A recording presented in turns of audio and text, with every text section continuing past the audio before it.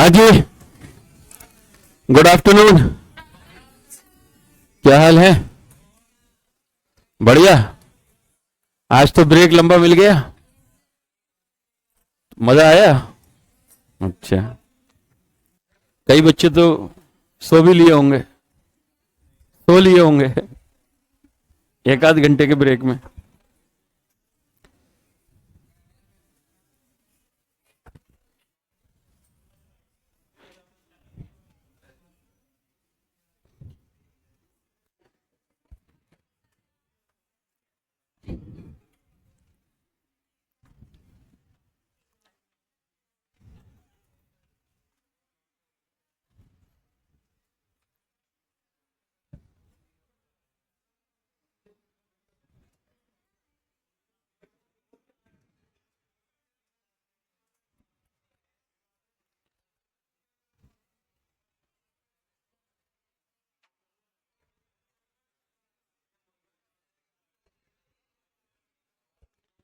Good afternoon. आज क्या है, 18?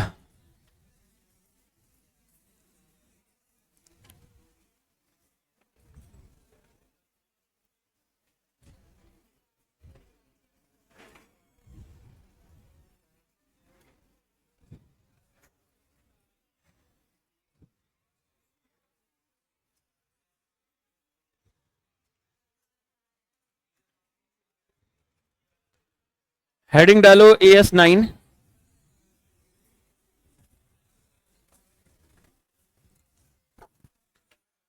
और इसका नाम है revenue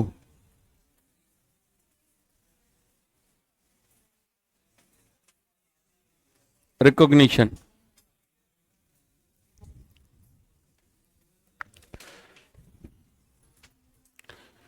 AS9 revenue recognition.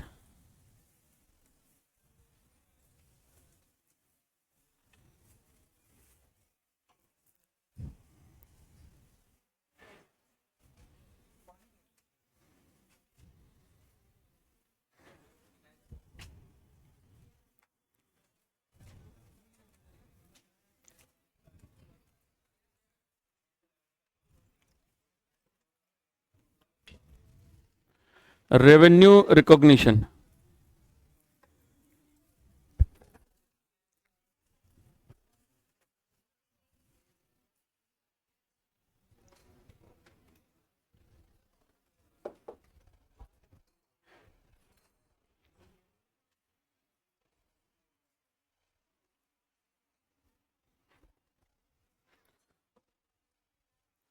Heading डाल लेंगे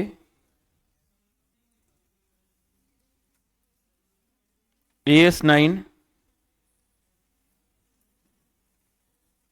रेवेन्यू रिकॉग्निशन।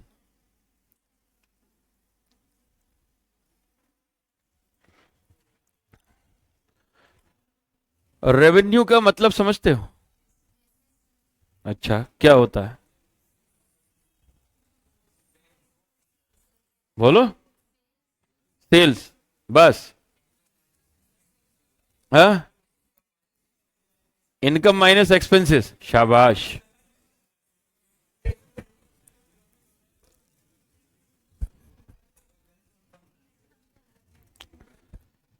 देखो, पहले तो इस एएस की एप्लीकेबिलिटी देखो।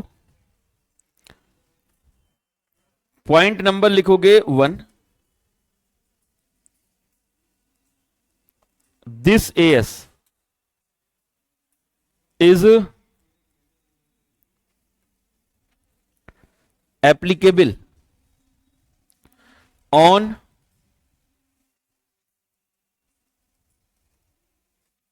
All entities.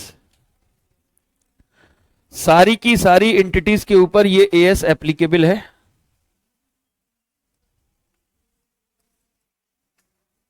No exemption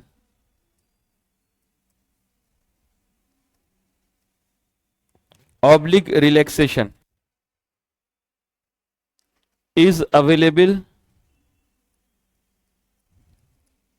to any entity. किसी भी एंटिटी को ना तो कोई एग्जम्पशन है ना रिलैक्सेशन है, सबके ऊपर ये एएस अप्लाई होता है। Point number 2, meaning of revenue.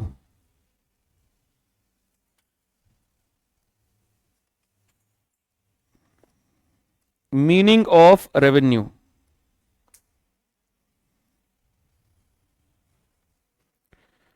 अब रेवेन्यू का मतलब क्या होता है? Revenue means gross inflow of cash and receivables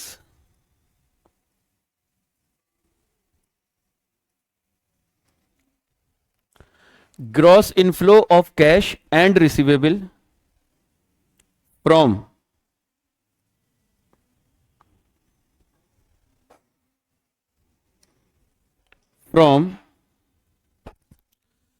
number 1 sale of goods, sale of goods,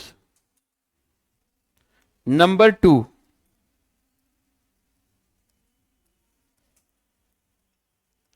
rendering of services, number 3, ठीक है, number 3 use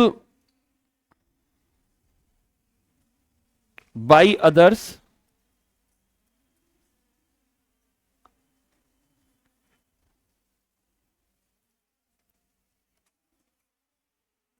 used by others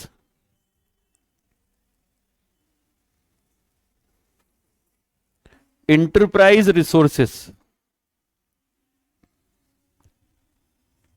yielding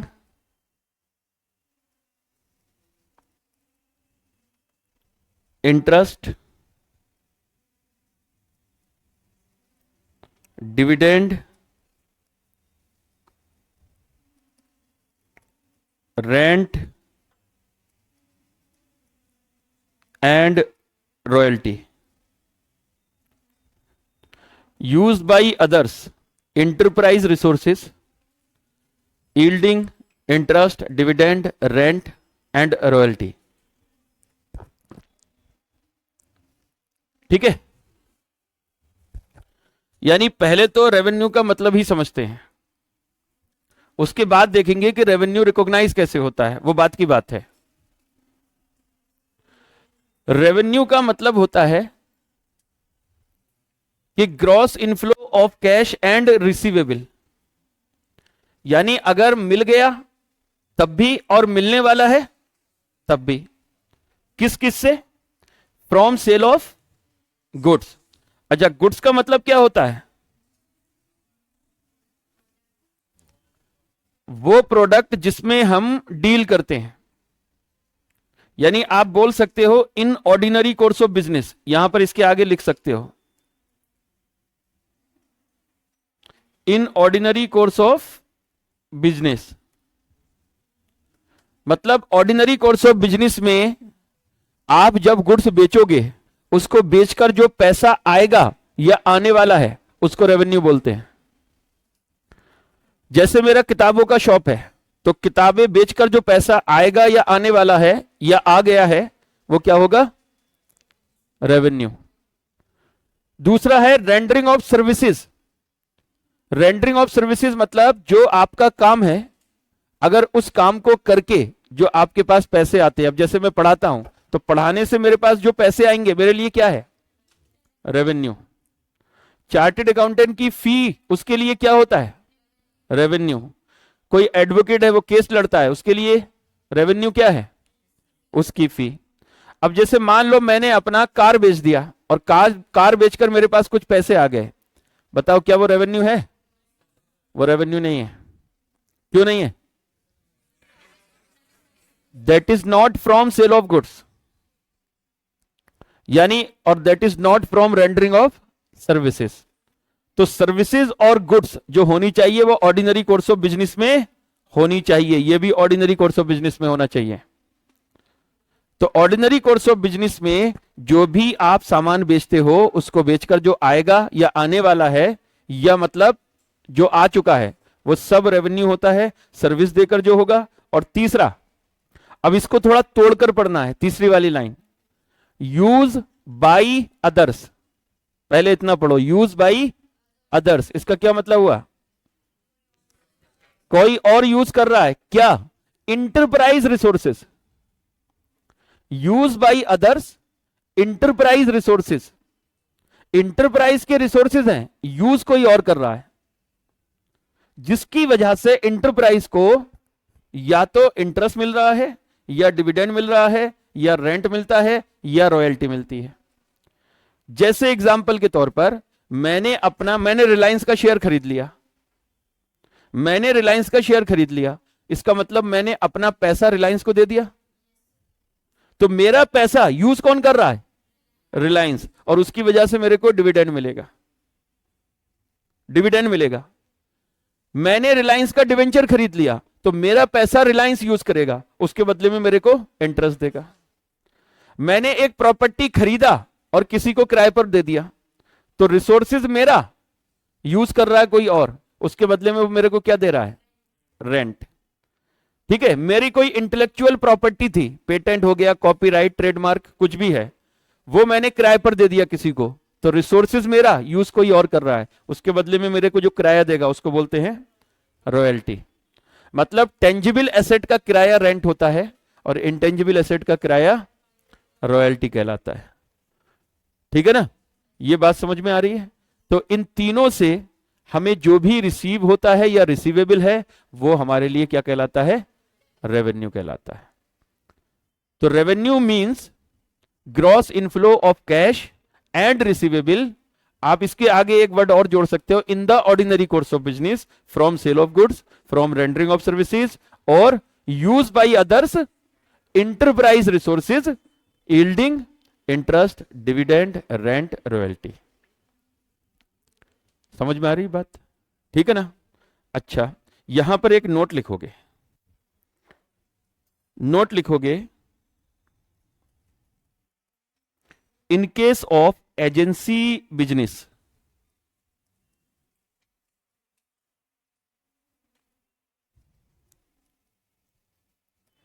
in case of agency business,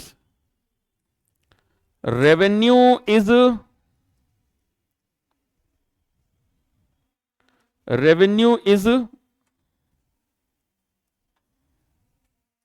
their commission and not gross inflow of cash. In case of agency business, revenue is their commission and not gross inflow of cash. इसका मतलब यह हुआ, आपने देखा होगा e commerce website, Amazon, Flipkart, या फिर आपके जो फूड डिलीवरी एप्स हैं, जोमेटो, स्विगी। अगर मैं जोमेटो की बात करूं तो जोमेटो का काम क्या है? जोमेटो ऑर्डर लेता है या खाना भी वही बनाता है? सिर्फ ऑर्डर लेता है, ऑर्डर वो रेस्टोरेंट को भेजता है, रेस्टोरेंट खाना तैयार करता है, रेस्टोरेंट खाना तैयार करके डिलीवरी बॉय को दे देता है जोमेटो के। और जोमेटो का क्या काम है? सिर्फ डिलीवरी कस्टमर तक पहुंचाना। खाना बनाने की जिम्मेदारी और खाना बनाने का रिस्क किसके ऊपर है? रेस्टोरेंट के ऊपर। अब आपने जोमेटो पर कोई ऑर्डर किया, मान लो कोई भी चीज ऑर्डर की, ठीक है, मान लो आपने दाल मखनी ऑर्डर की, ठीक है ना, कितने की? 500 रुपए की। अब पेमेंट आपने किया 500 रुपए, ये 500 रुपए प्लस इसमें मान लो 50 रुपए डिलीवरी चार्जेस चले गए, तो टोटल पेमेंट आपको कितना करना पड़ा? 550। यानी आपकी जेब से 550 गया और ये 550 किसके पास पहुंचा? जोमेटो के पास। आपने जोमेटो को दिया, तो जोमेटो ने टोटल रिसीव्ड कितना किया? 550। लेकिन ये जो 500 रुपए का खाना था ना, इसमें से जोमेटो का कमीशन होगा 10%, 20%, 30%, जो भी होगा। बाकी सारा पैसा किसको मिलेगा? रेस्टोरेंट को। तो मान लो अगर 20% कमीशन है, तो जोमेटो को इसमें से 100 रुपए मिलेगा, और 400 रुपए किसको जाएगा? रेस्टोरेंट को। जोमेटो को 100 रुपए ये मिलेगा, 50 रुपए उसको डिलीवरी चार्जेस मिलेगा। इसका मतलब जोमेटो का टोटल इनकम कितना हुआ? 150। लेकिन उसने रिसीव कितना किया? 550। तो बताओ जोमेटो का रेवेन्यू मैं 550 बोलूं या 150? सोच लो एक बार। 150। भाई 550 उसका थोड़ी ना है।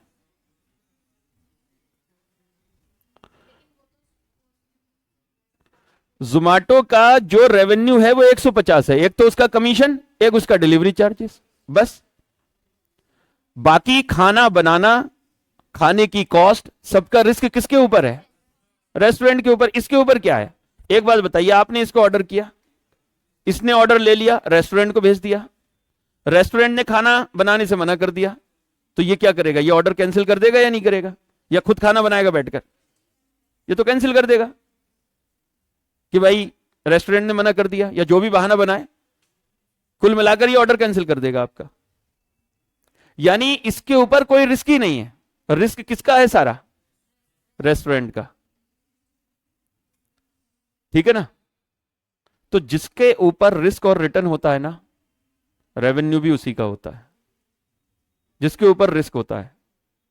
तो यहां पर जोमेटो की जिम्मेदारी सिर्फ डिलीवरी चार्जेस तक, मतलब डिलीवरी देने की है, खाना बनाने की नहीं है। अब यहीं पर लोग क्या करते हैं? घपलेबाजी करते हैं। AS9 यही सब तो मना करेगा कि जोमेटो चाहे तो वो 550 रुपए वो क्या कर सकता है? वो दो तरह से इसको दिखा सकता है। एक तो वो 150 रुपए का अपना दिखाए रेवेन्यू सीधा। दूसरा तरीका क्या है उसका? वो ऐसे दिखा सकता है कि भाई 550 रुपए उसने पहले सेल में दिखाए, और जो उसने रेस्टोरेंट को पे किया 400 रुपए, वो उसने एक्सपेंसेस में दिखा दिया। तो इनकम तो अभी भी कितना हुआ? 150 ही हुआ, लेकिन प्रेजेंटेशन का तरीका चेंज हो गया ना। अगर आप 150 रुपए रेवेन्यू दिखाते हो और एक आप 550 रुपए रेवेन्यू दिखाते हो, यानी 3 गुने से भी ज्यादा। यही सब झोल करने के लिए AS9 मना करता है। वो कहता है आपका रेवेन्यू 550 नहीं है। अब हम कहेंगे फर्क क्या पड़ेगा? बहुत फर्क पड़ेगा। रेवेन्यू दिखाकर ही लोग फंडिंग उठा लेते हैं। समझे कि मेरा इतना रेवेन्यू है, जबकि एक्चुअल में हो सकता है उतना रेवेन्यू हो ही ना उनका। एक बात बताइए, रेवेन्यू 150 और कहां 550? अब ऐसे ही करते करते अगर मान लो हर चीज का आप ऐसे ही बड़ा बड़ा कर दिखाने लगो, तो आपका रेवेन्यू तो बहुत दिखेगा, जबकि है नहीं वो रेवेन्यू आपका। आप देखते हो ज्यादातर कंपनीज को फंडिंग सिर्फ रेवेन्यू देखकर मिलती है। आप शार्क टैंक भी देखते होगे, ज्यादातर जो भी आते हैं स्टार्टअप, वो सब लॉस में होते हैं, ज्यादातर लॉस में होते हैं। सिर्फ वैल्यूएशन किस बेसिस पर होती है? सेल्स के बेसिस पर। ठीक है? तो यही सब चीजें वो मना करता है। अब जैसे मैं अपनी क्लासेस सेल करता हूं, मान लो मेरी क्लासेस हैं, ऑनलाइन क्लासेस में बेचता हूं अपनी पेन ड्राइव। अब कई ई-कॉमर्स है जो वो बेचती हैं। अब मैंने उनको बोला कि भाई देखो 5,000 रुपए की क्लास है। अब उन्होंने, किसी स्टूडेंट ने ऑर्डर किया क्लास का, वो ऑर्डर मेरे पास आता है, यानी पहले ई-कॉमर्स वेबसाइट पर उन्होंने ऑर्डर किया, वो ऑर्डर वो मेरे पास भेजते हैं, मैं क्लास की डिलीवरी स्टूडेंट को डायरेक्ट भेज देता हूं। अब जो पैसे स्टूडेंट ने पे किए वो उस ई-कॉमर्स वेबसाइट को किए, उसमें मान लो उसने अपना 20% कमीशन काटा, और 4,000 रुपए उसने मेरे को पे कर दिए, 1,000 रुपए अपना कमीशन काटकर। अब उसका रेवेन्यू कितना हुआ ई-कॉमर्स वाले का? बताओ। 1,000 हुआ ना। 5,000 रेवेन्यू उसका नहीं है, 5,000 रेवेन्यू मेरा है। मैं इस तरीके से दिखाऊंगा कि 5,000 मेरा रेवेन्यू, 1,000 मेरा खर्चा, तो मेरा इनकम कितना है? 4,000, लेकिन उसका जो रेवेन्यू है वो सिर्फ 1,000 है। वो ऐसे नहीं दिखा सकता कि 5,000 वो रेवेन्यू में दिखा दे और इधर 4,000 एक्सपेंसेस दिखा दे। तो देख रहे हो 5 गुना रेवेन्यू वो दिखाएगा फिर, जो गलत है। उसका रेवेन्यू है ही नहीं वो, क्योंकि रिस्क क्लास का किसके ऊपर है? मेरे ऊपर। कल को जाकर मान लो क्लास खराब निकली या बच्चा पढ़कर फेल हो गया, तो जिम्मेदारी किसकी है? वेबसाइट की है मेरी? मेरी जिम्मेदारी है ना। अगर मान लो उसमें कोर्स कंप्लीट नहीं है तो मेरी जिम्मेदारी है, रिस्क मेरे ऊपर है। हां, अगर मान लो कोई भी ई कॉमर्स वेबसाइट मेरी 100 क्लास अपने आप खरीद कर रख ले, वो कहे कि लो उसने मेरे अपने आप क्लास खरीदा मेरे से और मेरे को उसने 5,000 रुपए के हिसाब से पेमेंट कर दिया। अब मैंने 100 क्लास उसको दे दी, अब वो बिके ना बिके वो रिस्क उसका है। अब उसके बाद वो क्लास इसको 8,000 रुपए में बेच रहा है, 5,000 में मेरे से खरीद कर वो 8,000 में बेच रहा है। अब नहीं बिकेगा तो उसका रिस्क। तो इस केस में बताओ उसका रेवेन्यू कितना होगा?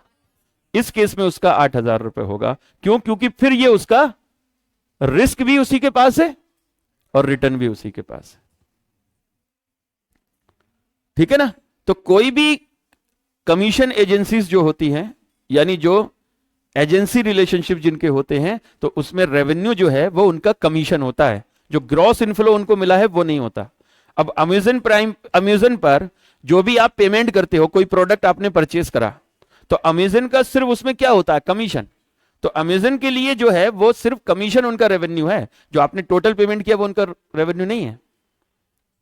समझे? अगर 1,000 रुपए का आपने पेमेंट किया ना, तो इसमें से सिर्फ 200 रुपए या 300 रुपए ही अमेज़न का रेवेन्यू होगा। बाकी 700 रुपए तो उसका है, जिसका प्रोडक्ट है उसको जाएगा वो। उसके लिए ये 1,000 रुपए रेवेन्यू है और वो 300 रुपए जो उसने अमेज़न को पे किया होगा वो उसके लिए कमीशन यानी एक्सपेंसेस है। ठीक है? यहां पर तो जिसके पास रिस्क है उसी का ही रेवेन्यू है। अब एक क्वेश्चन इस पर आया हुआ है कि एक आप बताना कि रेवेन्यू किसका होगा। एक क्वेश्चन है, एक ट्रेवलिंग एजेंसी है जो टिकट वगैरह बुक करते हैं। आपने देखा होगा मेक माई ट्रिप, गो एबीबो, पता नहीं कौन कौन सी वो चलती हैं ट्रेवलिंग एजेंसी। उसी तरीके की एक ट्रेवलिंग एजेंसी थी। वो क्या करती थी? एयरलाइन के सारे टिकट यानी कुछ टिकट लगभग अपने पास खरीद कर रख लेते थे और फिर उन टिकट को वो कस्टमर को बेचते थे, पैसेंजर को। अब उन्होंने 100 टिकट खरीद कर रख लिए। अब अगर टिकट नहीं बिकेंगे तो एयरलाइन की कोई जिम्मेदारी नहीं है। एयरलाइन को तो इन्होंने पेमेंट कर दिया 100 टिकट का। अब उसके बाद ये एयरलाइन को मान लो इन्होंने 1,000 रुपए पर टिकट पे किया। अब एयरलाइन की जिम्मेदारी नहीं है टिकट बिके ना बिके। ये अगर मान लीजिए नहीं बिका तो लॉस बियर करना है इस ट्रेवलिंग एजेंसी को। अब ये टिकट बेचते हैं 5,000 रुपए पर टिकट। तो बताओ 100 टिकट अगर इन्होंने बेचे 5,000 के हिसाब से, तो 5 लाख का इनके पास कलेक्शन आया और 1 लाख रुपए इन्होंने खर्चा किया। तो बताओ रेवेन्यू इनका 5 लाख होगा?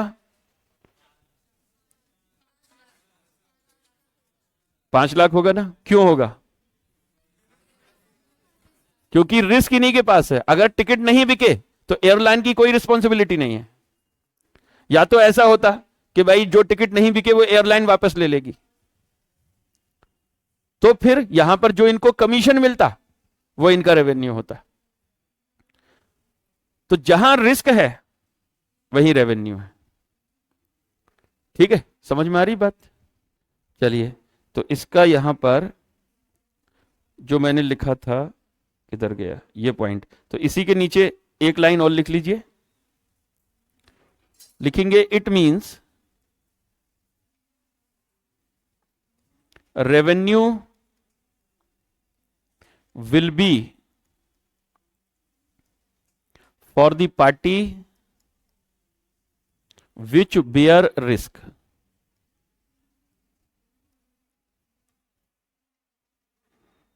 विच बेयर रिस्क, जो पार्टी रिस्क बेयर करेगी वही रेवेन्यू रिकॉग्नाइज करेगी। ठीक है ना? एक एग्जांपल लेता हूं।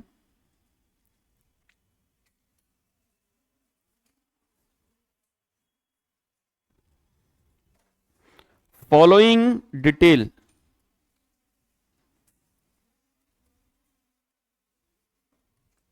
is provided by Zomato। Zomato ने कुछ डिटेल प्रोवाइड की। अमाउंट रिसीव्ड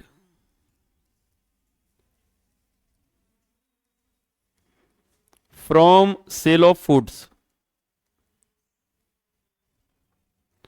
खाना बेचकर इनको मिले 50 लाख रुपए साल में। बहुत खाते हैं हिंदुस्तान वाले।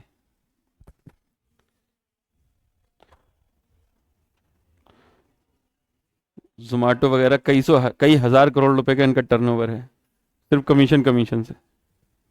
बाकी तो सोचो। ठीक है, तो amount receive from sale of foods, delivery charges,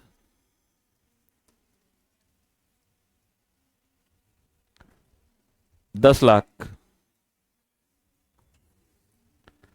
ठीक है, जीएसटी, जीएसटी भी रिसीव करते हैं ये, ₹9 लाख।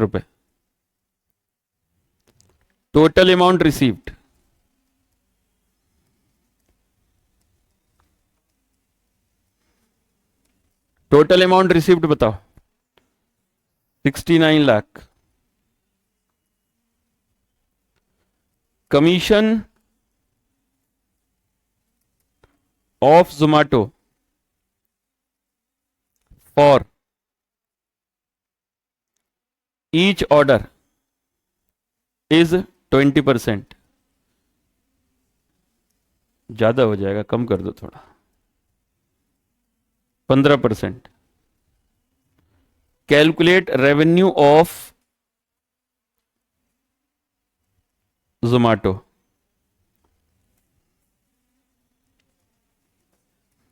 जोमेटो का रेवेन्यू बताओ कितना होगा, और रेस्टोरेंट का रेवेन्यू भी बताना। जोमेटो एंड रेस्टोरेंट दोनों का बताना है, एंड रेस्टोरेंट।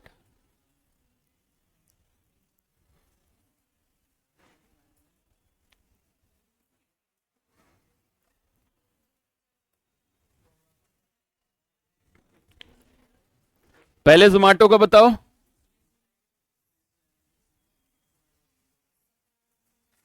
17,50,000। अच्छा जी, इन्होंने बताया 17,50,000। और कोई बताएगा? जोमेटो का 9 लाख। अच्छा जी, और रेस्टोरेंट का?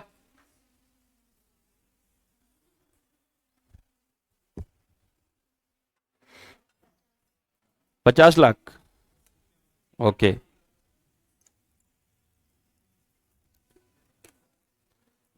जीएसटी को कोई लगा ही नहीं रहा।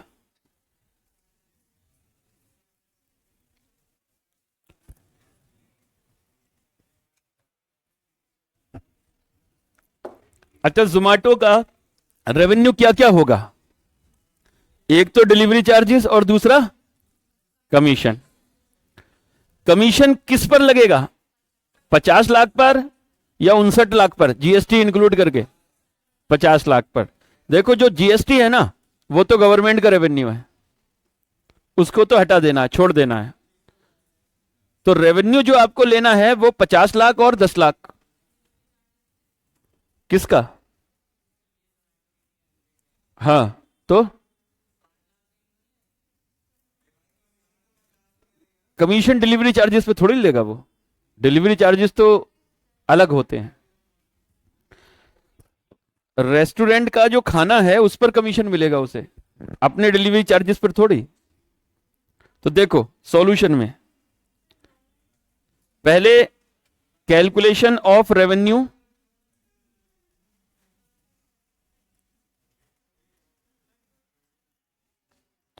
Calculation of revenue for Zomato.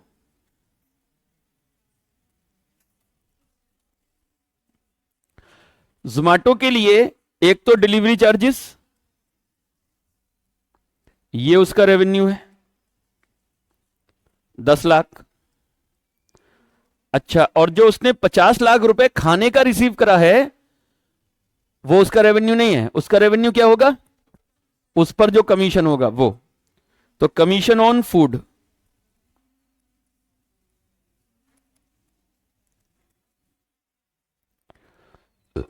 50 lakh का कितना परसेंट? 15%, 7.5 लाख। और ये होगा टोटल रेवेन्यू ऑफ जोमेटो।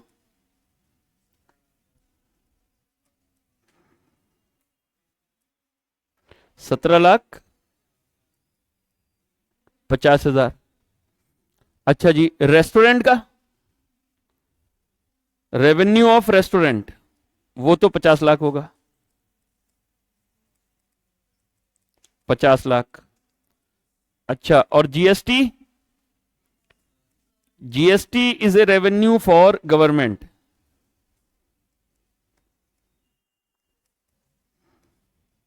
ये तो गवर्नमेंट का है। गवर्नमेंट बैठे बैठे आराम से 9 लाख रुपए कमाती है ना? कुछ करने की जरूरत ही नहीं है। खाना ऑर्डर करो तो पैसे जाते हैं भाई, 18% GST.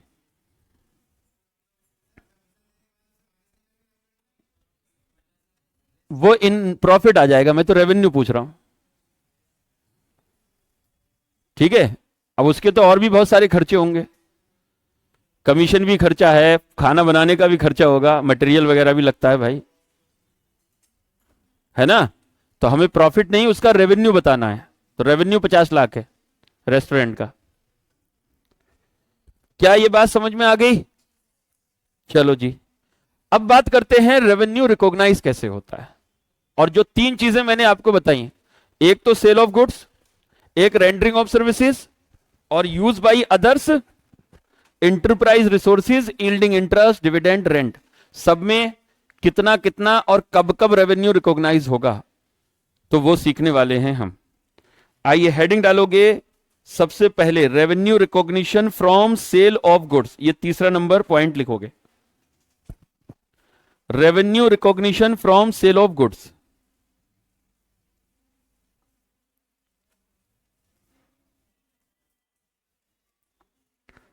Revenue recognition from sale of goods,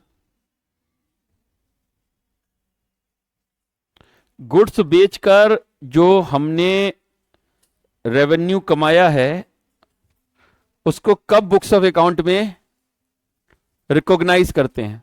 recognise करने का मतलब है सेल की एंट्री कब डाली जाती है। आप लोगों ने तो आज तक पढ़ा है कि गुड्स बेचा, एंट्री डाल दी। क्या एंट्री डालते हो?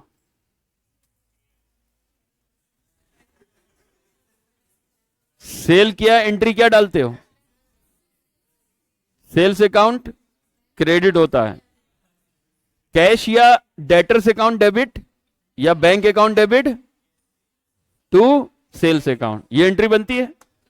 अब आप लोगों ने आज तक एंट्री डाली है, लेकिन कभी ये सोचा कि ये एंट्री बनती कब है?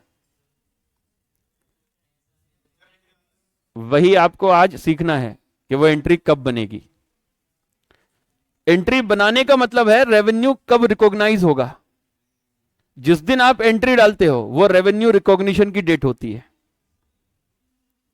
ठीक है, तो कब रेवेन्यू रिकॉग्नाइज होगा? कुछ कंडीशन बताई हैं AS9 ने। वो कहता है जब ये कंडीशन पूरी हो जाए तभी आप रेवेन्यू रिकॉग्नाइज करोगे। यहां लिखेंगे एज पर AS9,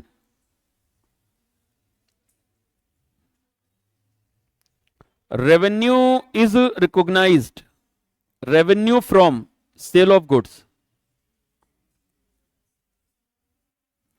is recognized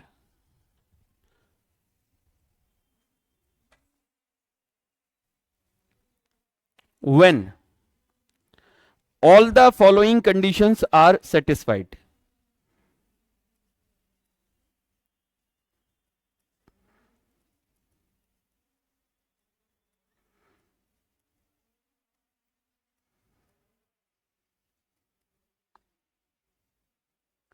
all the following conditions are satisfied, जब ये सारी की सारी कंडीशन पूरी हो जाएं तब आप रेवेन्यू रिकॉग्नाइज करोगे। चलो जरा कंडीशन बताने से पहले मैं आप लोगों से कुछ जानना चाहता हूं। मैं यहां पर एक डायग्राम बना रहा हूं, आप लोगों को नहीं बनाना, बस खाली देखना है। हमने गुड्स बेचने का यहां ऑर्डर रिसीव करा, यह है ऑर्डर रिसीव्ड। ये डेट है मान लो 12 जनवरी 2025 एग्जाम्पल के तौर पर, ठीक है। 12 जनवरी को ऑर्डर रिसीव करा, हमने गुड्स डिस्पैच कर दिया 15 जनवरी को, डिस्पैच कर दिया। डिस्पैच का मतलब समझते हो ना, गुड्स भेज दिया। 20 जनवरी को गुड्स कस्टमर के पास पहुंच गया, यानी गुड्स डिलीवर्ड।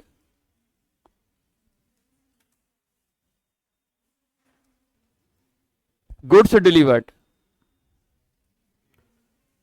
31 जनवरी को कस्टमर ने पेमेंट करा,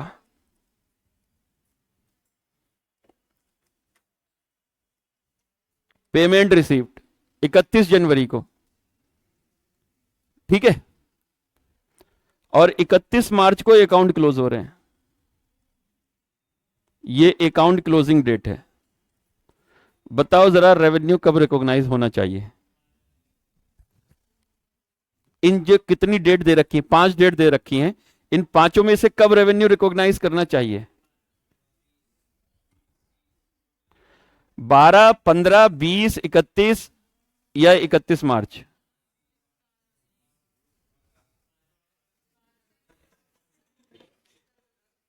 देखो मैं अभी ऐसे तुक्का मारने से कोई फायदा नहीं है, मैं रिजल्ट पूछूंगा फिर।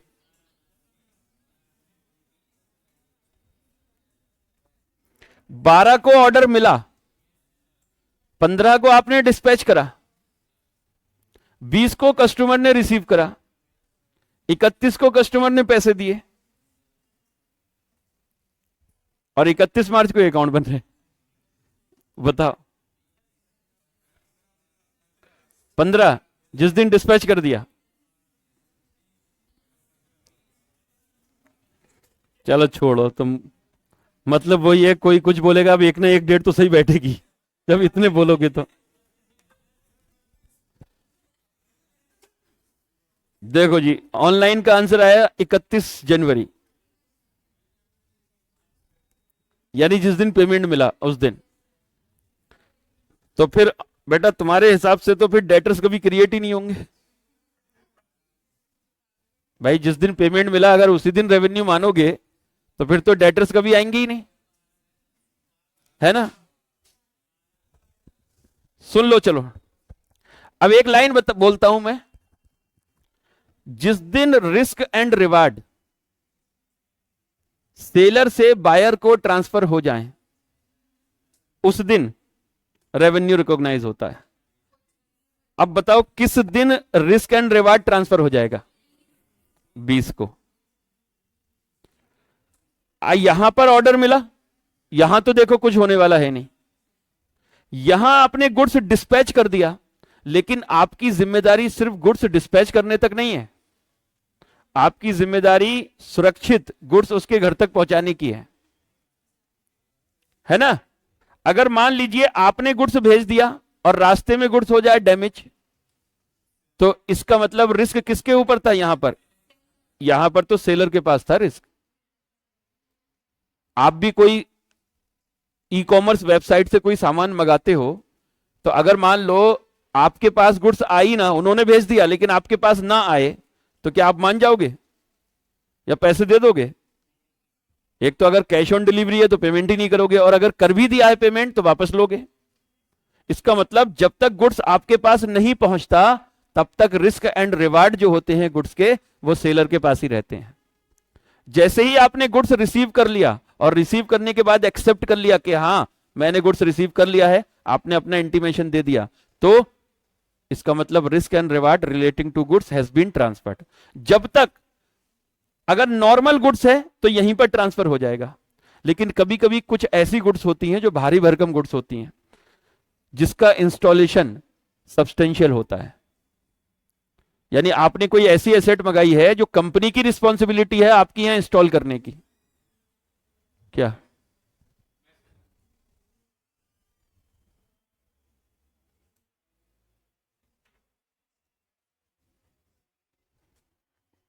एक minute.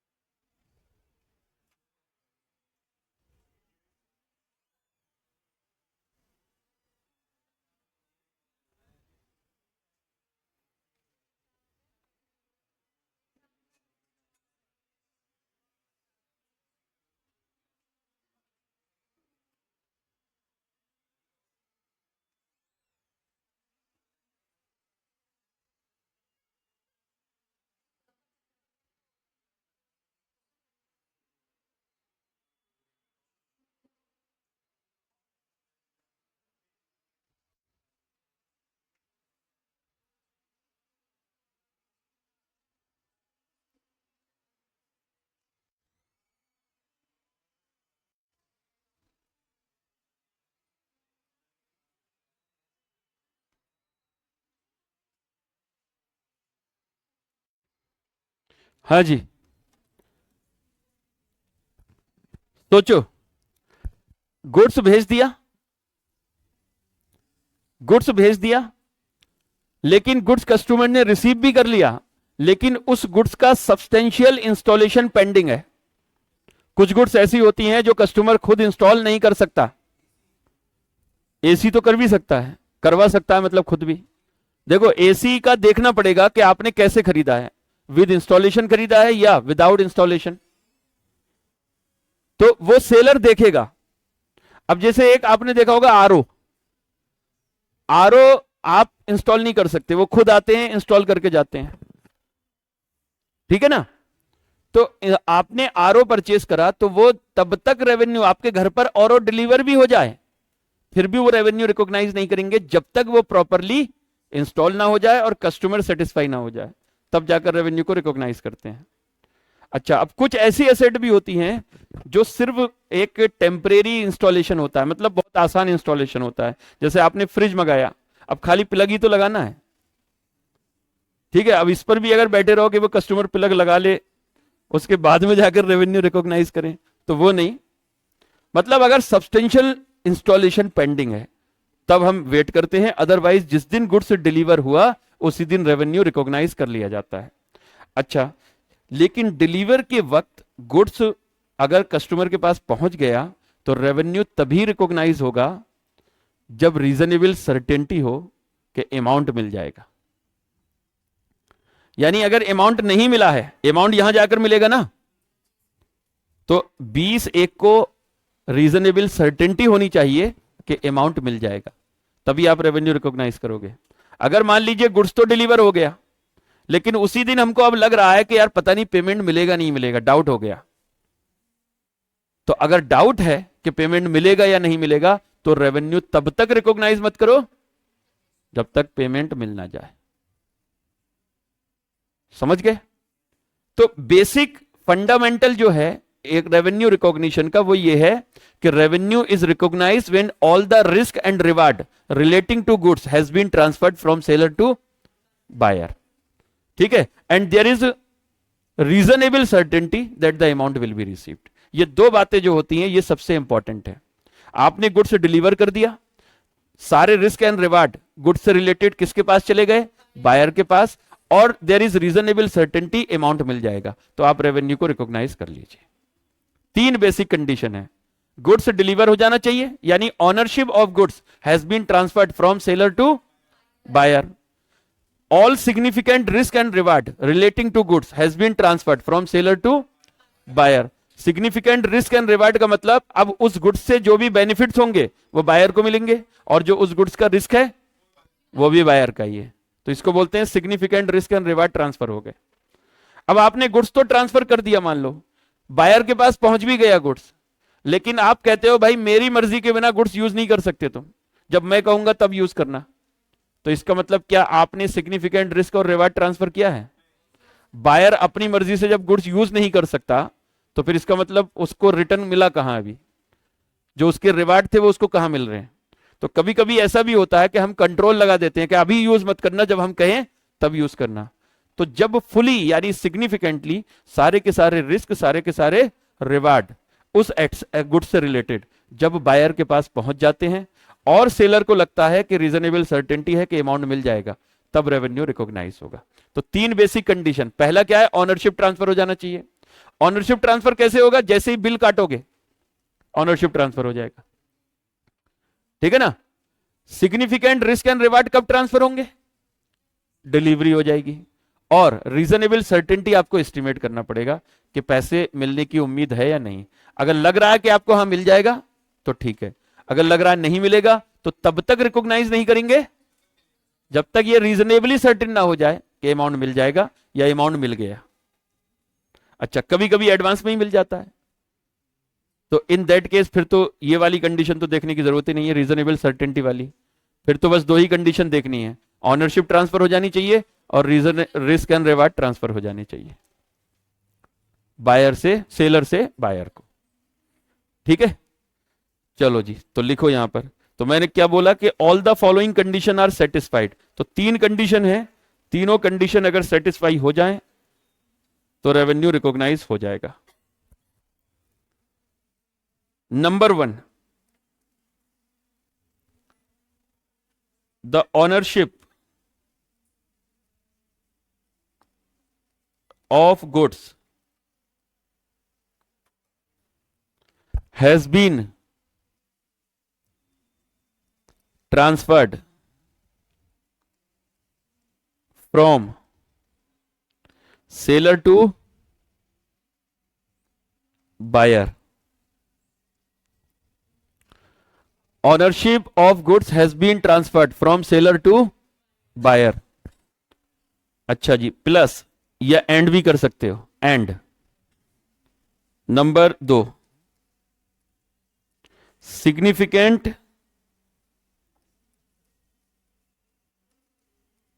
Risk and reward relating to goods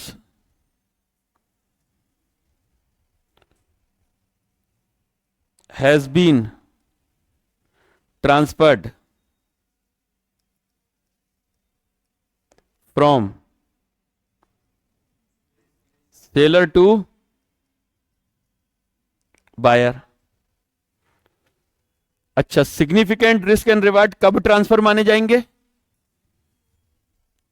जब गुड्स का डिलीवरी बायर के पास पहुंच जाए, ठीक है। इसके बारे में अभी मैं लिखवा देता हूं, बाद में लिखवाऊंगा नोट। प्लस तीसरा कंडीशन क्या है? There must be a reasonable certainty that the amount will be received. या देखो एएस, ये तो मैं अपनी तरफ से मैंने ये वर्ड बनाया है कि there must be a reasonable certainty. AS 19 ने जो वर्ड यूज किया है वो क्या है? There should not be any uncertainty regarding collection of revenue. मतलब वो नोट में बात करता है, वो कहता है अनसर्टेनिटी नहीं होनी चाहिए। तो इसका मतलब इनडायरेक्टली क्या हो गया कि देयर मस्ट बी सर्टेनिटी या reasonable certainty that the amount will be received in future. अगर नहीं मिला है तो लिखिए there should be a reasonable certainty. Reasonable का मतलब होता है ठीक ठाक, आपको लग रहा है कि पैसे मिल जाएंगे। रीजनेबल सर्टेनिटी,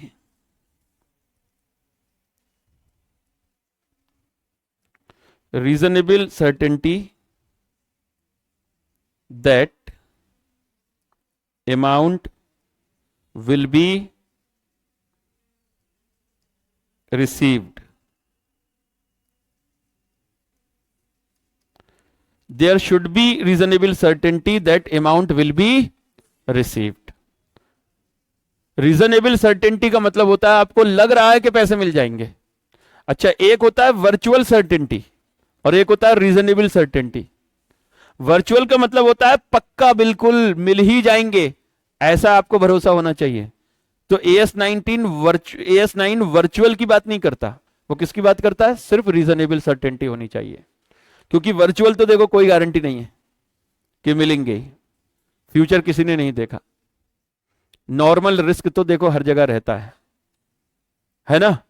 यहां पर हम बैठे हुए हैं, यहां भी रिस्क है, अभी भूकंप आ जाए, है नहीं है भाई? नॉर्मल रिस्क तो हर जगह है, ठीक है। बेटा अभी थोड़ा देर रुक जा, सब एक साथ पढ़ लेगा, ठीक है। कंसाइनमेंट का डाउट नहीं आया कि अगर गुड्स कंसाइनमेंट बेसिस पर भेजा तो क्या होगा? ठीक है, अभी कई सारी चीजें आएंगी, घबरा मत, सब आ जाएगा, तेरा डाउट भी कवर हो जाएगा, ठीक है। हाँ जी, तो 3 कंडीशन याद करना पड़ेगा ये सब, क्योंकि अगर रेवेन्यू रिकॉग्निशन का क्वेश्चन आएगा तो आपसे पूछेगा कब रेवेन्यू रिकॉग्नाइज करें, या आपको कोई केस देगा, वो आपको पहचानना पड़ेगा कब रेवेन्यू रिकॉग्नाइज करोगे। तो आपको ये तीनों कंडीशन पहले बतानी पड़ेंगी, फिर आप बताओगे कि अच्छा in the given question the risk and reward has been transferred on this date and there is reasonable certainty that the amount will be received, so revenue should be recognise on that date. ऐसे आपको बताना पड़ेगा। तो पहला condition क्या है? The ownership of goods has been transferred from seller to buyer. The all significant risk and reward relating to goods has been transferred from seller to buyer, or there should be reasonable certainty that the amount will be received। अब कब significant risk and reward transfer माने जाएंगे? बोलो, अभी बताया था। Significant risk और reward कब माने जाएंगे? जब आपने गुड्स डिलीवर कर दिया है बायर को, तो उस दिन मानेंगे कि हमने सिग्निफिकेंट रिस्क और रिवार्ड गुड्स के किसके पास चले गए? बायर के पास चले गए। अब बायर कुछ भी करे उस गुड्स का। आप शोरूम में एक कार खरीदने के लिए गए, शोरूम वाले ने जैसे ही कार की चाबी आपके हाथ में दी, आपने कार को लेकर रोड पर आ गए, बस उनकी जिम्मेदारी खत्म। अब आप कार को ठोको या जैसे चलाओ आपकी मर्जी, वो अपना रेवेन्यू रिकॉग्नाइज कर लेगा, क्योंकि रिस्क रिटर्न किसके ऊपर है? अब बायर के ऊपर, ठीक है। जैसे ही कार रोड पर आ गई उनके शोरूम से निकलकर, उनका रेवेन्यू रिकॉग्नाइज हो जाएगा, ठीक है ना, क्योंकि सिग्निफिकेंट रिस्क एंड रिवार्ड उन्होंने ट्रांसफर कर दिया बायर की तरफ। जब तक उनके शोरूम में कार खड़ी हुई है तब तक उनकी जिम्मेदारी है। जैसे ही उन्होंने चाबी देकर आपको रोड पर छोड़ दिया, बताइए उनकी जिम्मेदारी खत्म। अब आपकी जिम्मेदारी है आप कैसे चलाते हो गाड़ी को, इसलिए ड्राइवर लेकर जाना जब खरीदने जाओ तो यहां पर लो जी, यहां पर एक नोट लिखो। नोट में लिखोगे significant risk and reward will be assumed to be transferred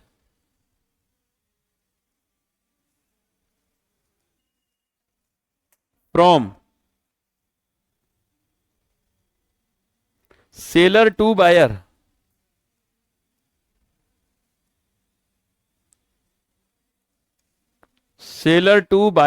and seller to buyer when goods has been delivered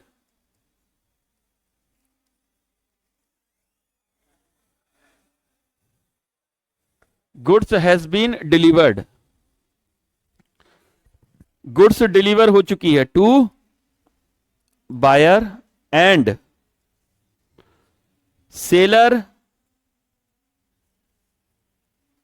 does not retain any effective control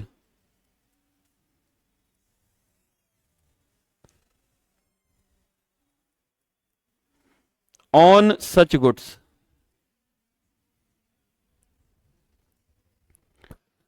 goods का डिलीवरी दे दिया गया हो और सेलर के पास कोई भी इफेक्टिव कंट्रोल ना हो.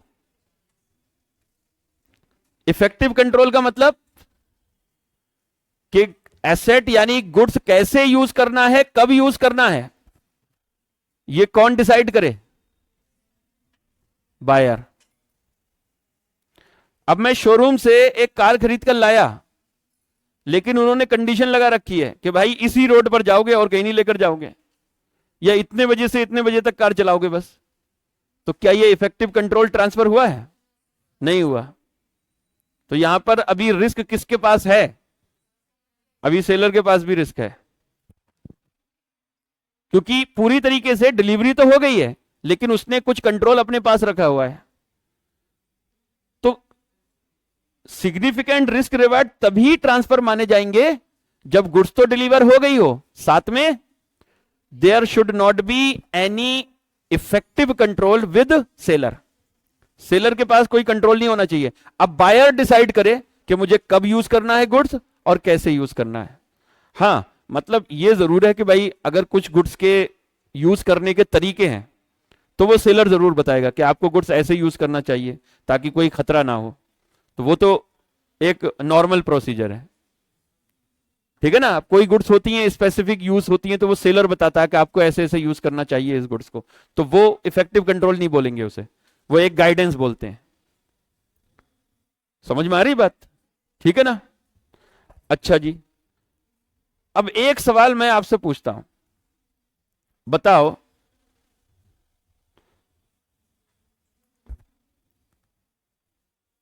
यहां पर हमने ऑर्डर दिया, ये मान लो 12 जनवरी है, यहां पर हमने ऑर्डर दिया, सेलर ने 15 जनवरी को गुड्स डिलीवर करने के लिए रेडी कर दिया. गुड्स रेडी फॉर डिलीवरी, ठीक है, रेडी फॉर डिलीवरी. ये अभी डिलीवरी करने ही वाला था, बायर का आ जाता है फोन सेलर के पास और कहता है भाई साहब अभी गुड्स मत भेजना, मेरी यहां स्टोरेज कैपेसिटी की प्रॉब्लम है, यानी मेरे गोडाउन में जगह ही नहीं है गुड्स रखने की, अभी आप अपने पास ही रखे रहो, जब मुझे जरूरत होगी तब मैं गुड्स रिसीव कर लूंगा आपसे. यहां पर delivery is delayed at the request of buyer. अब बताओ, मान लो वो आता है 26 जनवरी को तो बंद होगा 25 जनवरी को वो आता है और डिलीवरी लेकर जाता है बायर, या 25 जनवरी को वो फोन करता है कि डिलीवरी कर दो. अब यहां पर रेवेन्यू कब रिकॉग्नाइज होगा? 12 को, 15 को, 25 को? कब? 15 को. समझे? भले ही गुड्स किसके पास रखा हुआ है? सेलर के पास है, गुड्स का डिलीवरी नहीं हुआ है, लेकिन फिर भी सेलर उस गुड्स को अपना सेल मानकर रिकॉग्नाइज कर लेगा. क्यों? क्योंकि मेरी तरफ से कोई फॉल्ट नहीं है, सेलर की तरफ से कोई फॉल्ट नहीं है, मेरे पास तो गुड्स डिलीवरेबल कंडीशन में रखा है, आप जब चाहो तब उठाकर ले जाओ. समझे? तो इन दैट केस अगर डिलीवरी डिलेड बायर की रिक्वेस्ट पर होती है और सेलर के पास वो गुड्स डिलीवरेबल कंडीशन में रखा हुआ है, तो फिर उसको रेवेन्यू वो रिकॉग्नाइज कर सकता है जिस दिन वो डिलीवरेबल कंडीशन में था गुड्स. हां, इस गुड्स को उसे अलग रखना पड़ेगा और किसी और के साथ इसको ना तो मर्ज करेगा वो और ना ही किसी और कस्टमर को वो बेचेगा. समझ गए ना? मतलब goods must be in identified conditions. Goods पता होना चाहिए कि कौन सा गुड्स है जो उसको डिलीवर होगा. हमेशा डिलीवरेबल पोजीशन में होना चाहिए गुड्स, कि अगर आज बायर फोन करे तो आज ही गुड्स को डिलीवरी दे दें, इस कंडीशन में होना चाहिए गुड्स. नहीं, बायर के पास होगा, क्योंकि वो बोल देगा पहले ही कि भाई रिस्क तुम्हारा है. अब समझ में आ रही बात? तो अगर delivery is delayed at buyer request, then revenue can be recognised immediately even if goods is not delivered, but such goods must be in a deliverable condition and cannot be sold to any other customer. किसी और customer को आप बेच नहीं सकते. आप सोचो चलो ये गुड्स किसी और को बेच दूं, जब वो मांगेगा तो मैं उसको कोई और गुड्स बेच दूंगा या बाद में कहीं निकाल कर उसको गुड्स दे दूंगा, तो फिर रेवेन्यू रिकॉग्नाइज नहीं कर सकते. फिर रेवेन्यू रिकॉग्नाइज कब करोगे? जब ये गुड्स आपके पास रखा हुआ है डिलीवरी करने के लिए, डिलीवरेबल कंडीशन में, बिल्कुल अलग निकाल कर आपने रख दिया है और इस गुड्स को आप किसी और कस्टमर को बेच भी नहीं सकते, तब उसको रिकॉग्नाइज कर लोगे आप. ठीक है, तो अब मैं यहां पर कुछ चीजें आपको बताने वाला हूं, यानी revenue recognition from sale of goods in some special cases. Special cases, उसमें से ये एक स्पेशल केस है कि delivery is delayed at buyer request. तो यहां पर लिखेंगे, इंपॉर्टेंट नोट करके लिखेंगे, important note.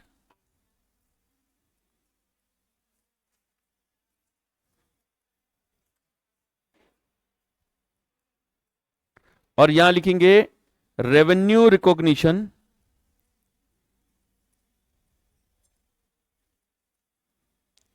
From sale of goods in some special cases.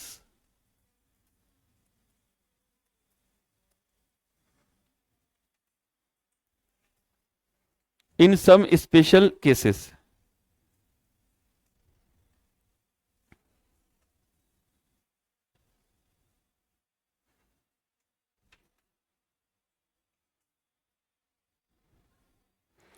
Some special cases.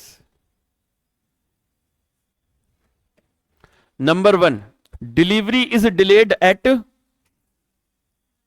यहां लिखेंगे when delivery of goods is delayed at buyer request.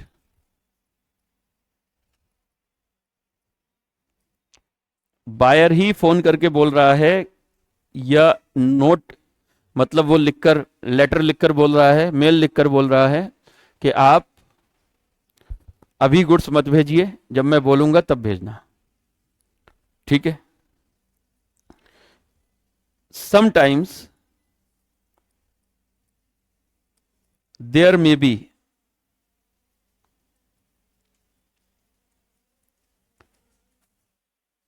some storage problem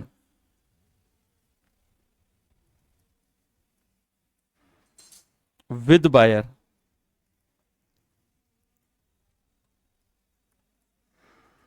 So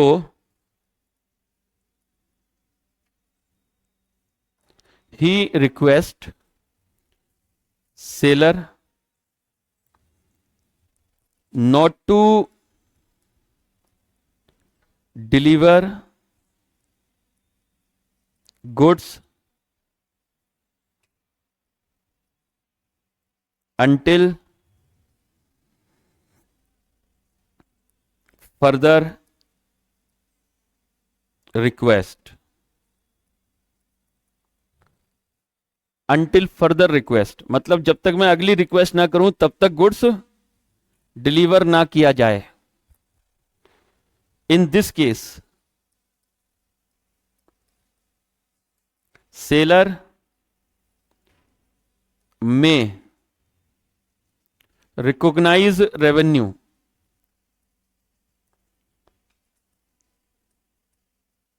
immediately, provided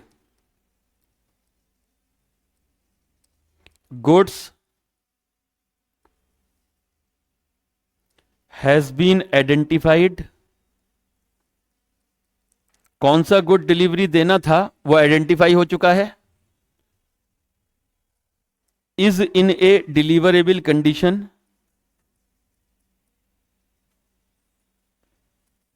deliverable condition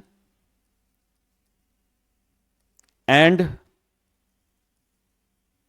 can not be sold to any other person. किसी और person को नहीं बेचा जा सकता।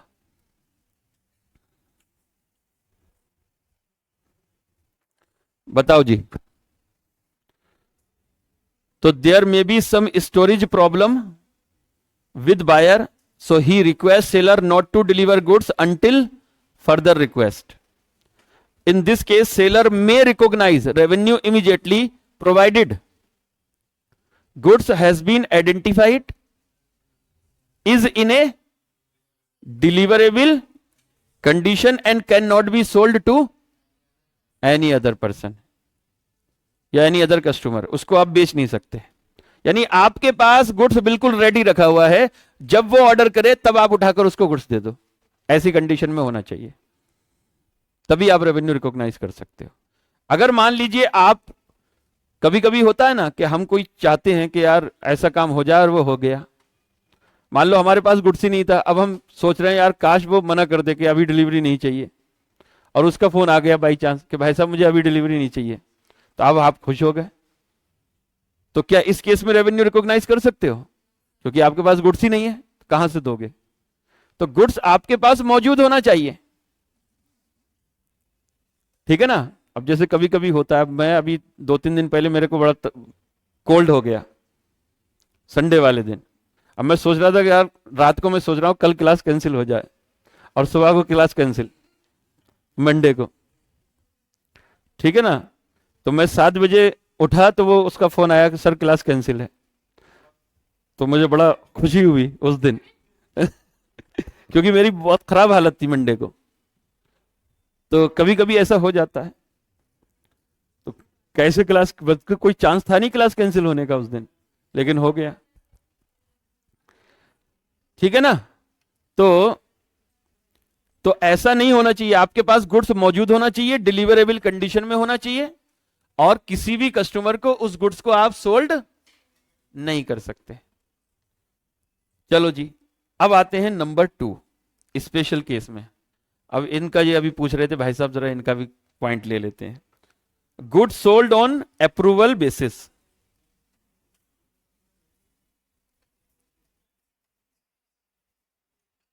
Approval और return basis. Goods sold on approval और return basis, क्या आप जानते हो क्या होता है? क्या होता है बता। हाँ जी, तुम ही बताओ क्या होता है।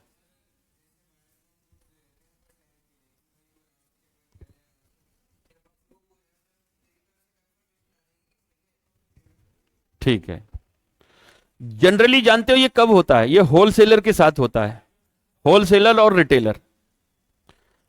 जैसे होलसेलर ने कुछ गुड्स रिटेलर को नया गुड्स पकड़ा दिया, अब वो कह रहा है भाई मैंने तो आज तक ये गुड्स बेचा ही नहीं, तो मैं क्यों लेकर जाऊं, मेरा तो कोई कस्टमर ही नहीं है इस गुड्स का। तो होलसेलर उसको बोलता है कि तुम ऐसा करो, ले जाकर अपनी दुकान में रखो, अगर रिस्पॉन्स अच्छा मिले तो अप्रूवल दे देना, अदरवाइज हमको वापस कर देना, अगर तुम्हारा गुड्स नहीं बिकता तो वापस कर देना। तो जनरली ये होलसेलर और रिटेलर के केस में होता है। कस्टमर को नॉर्मली गुड्स नहीं दिया जाता यूज करने के लिए अप्रूवल बेसिस पर, होलसेलर रिटेलर को गुड्स भेज देता है सेल ऑन अप्रूवल बेसिस। तो इस केस में रेवेन्यू तभी रिकॉग्नाइज होगा जब सामने वाला कस्टमर गुड्स को अप्रूव कर दे।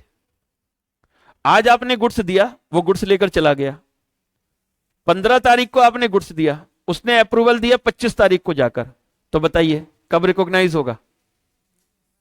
25 को। यानी जिस दिन गुड्स वो लेकर गया उस दिन अप्रूवल, उस दिन रेवेन्यू रिकॉग्नाइज नहीं होगा। रेवेन्यू रिकॉग्नाइज कब होगा? जिस दिन वो अप्रूवल दे देगा। समझ गए ना। या AS9 कहता है या फिर एक रीजनेबल पीरियड एक्सपायर हो जाए। अब एक बात बताइए, आप गुड्स लेकर चले गए और फिर घर पे रखे हुए हो, ना वापस कर रहे हो ना रिटर्न दे रहे हो, तो एक रीजनेबल पीरियड तो होगा ना कुछ भाई, 1 महीना 2 महीने 2.5 महीने कुछ तो होगा। ऐसा थोड़ी ना कि सालों साल रखे रहो और अप्रूवल नहीं दे रहे हो। तो एक रीजनेबल पीरियड होता है। अगर या तो पीरियड होता है एग्रीमेंट में ही लिखा हुआ कि देखो 1 महीने के अंदर अंदर गुड्स बता देना कि तुमको खरीदना है या नहीं खरीदना, अगर तुमने 1 महीने में गुड्स वापस नहीं किया तो हम मान लेंगे कि सोल्ड हो गया, तो रेवेन्यू रिकॉग्नाइज कर लोगे। या फिर अगर कोई पीरियड स्पेसिफाई नहीं है तो एक रीजनेबल पीरियड एक्सपायर हो जाए। अब रीजनेबल पीरियड कुछ भी हो सकता है, वो बिजनेस सर्कमस्टांसेस को देखते हुए। ठीक है, वो 1 महीना भी हो सकता है, वो 1.5 महीना भी हो सकता है, वो 2 महीने भी हो सकता है, कुछ भी हो सकता है, वो सेलर डिसाइड करेगा। ठीक है, तो इस केस में क्या होगा, लिखेंगे इन दिस केस, ओहो वाह,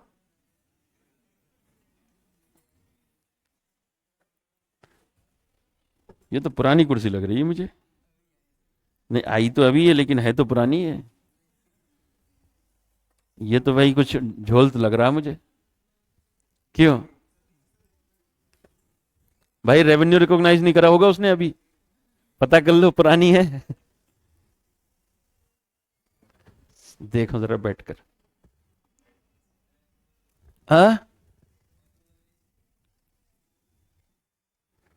गड़बड़ लग रहा है इसमें कुछ। ये साजिश तो नहीं है सुमित सर और सुजीत सर की मुझे गिराने की? हाँ, क्यों भाई? वो कभी कभी छोड़ते हैं, कभी मक्खी छोड़ देते हैं क्लास में, कभी। हाँ, परेशान करने के लिए बस। तो गुड सोल्ड ऑन अप्रूवल और रिटर्न बेसिस। तो यहां लिखिए in this case,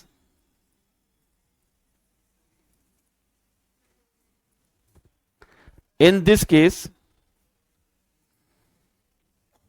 revenue is recognized when, in this case revenue is recognized when goods is approved by buyer, या बाई कस्टमर लिखना, बाई कस्टमर, और when period for approval expire.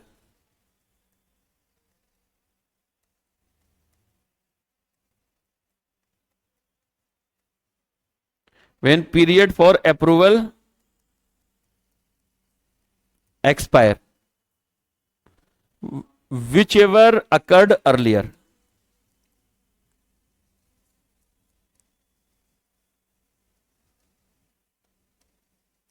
whichever occurred earlier मतलब हमने goods दिया उसको और कहा 1 महीने में बता देना कि तुम खरीदोगे या नहीं खरीदोगे। मान लो उसने 10 दिन में ही बता दिया कि ठीक है मैं गुड्स को खरीद रहा हूं, तो बताइए रेवेन्यू रिकॉग्नाइज कर लेंगे 10 दिन में ही। और अगर उसने 10 दिन में नहीं बताया और पूरा महीना बीत गया, तब जैसे ही 1 महीना बीतेगा रेवेन्यू रिकॉग्नाइज कर लो। मतलब जिस दिन अप्रूवल दिया या जिस दिन पीरियड एक्सपायर हुआ, विच एवर अकर्ड अर्लियर, उस दिन आप रेवेन्यू रिकॉग्नाइज कर लीजिए। अच्छा, अगर पीरियड ऑफ अप्रूवल स्पेसिफाइड नहीं है तो एक रीजनेबल पीरियड एक्सपायर होने पर रेवेन्यू रिकॉग्नाइज हो जाएगा। ठीक है, अब रीजनेबल पीरियड क्या होगा, देखो ये हम तो नहीं बता सकते, वो तो सेलर ही डिसाइड करेगा कि रीजनेबल पीरियड क्या होगा। ठीक, हमको तो बस एग्जाम में अगर क्वेश्चन आता है तो यही बताना है कि एक रीजनेबल पीरियड एक्सपायर होता है, तब आप रेवेन्यू रिकॉग्नाइज कर लोगे, अगर कोई पीरियड पहले से स्पेसिफाइड नहीं है। तो यहां लिखेंगे if any approval period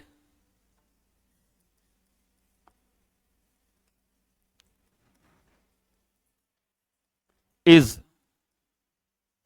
not specified, if any approval period is not specified, then revenue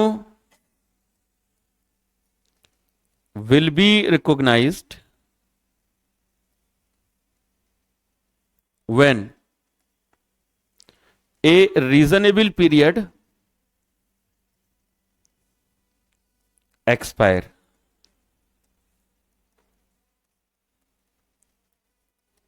reasonable period expire,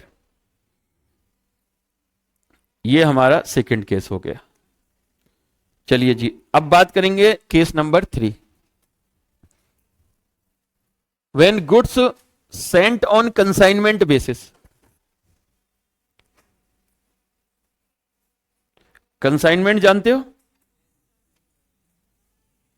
क्या मतलब होता है? सेंट ऑन कंसाइनमेंट बेसिस,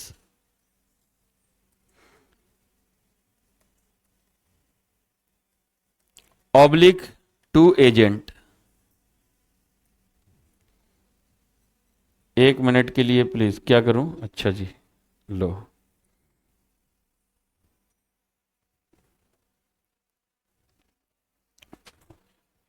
इधर जो है मेरे यहां लाइन नहीं दिखती, इस पे लाइन दिखती है।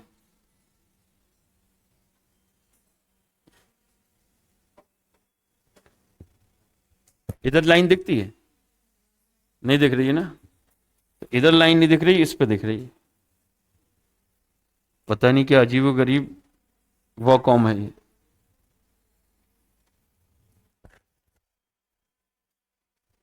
हो गया?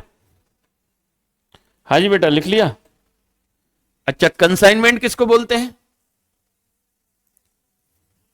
पढ़ा है किसी ने कंसाइनमेंट? पहले होता था आपके सिलेबस, फाउंडेशन के सिलेबस में होता था कंसाइनमेंट का एक चैप्टर, अब हटा दिया है उन्होंने।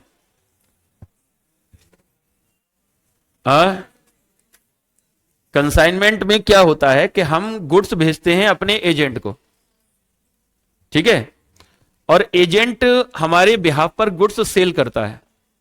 जो भी सेल करने से पैसा आता है वो हमें वापस कर देता है अपना कमीशन काटकर।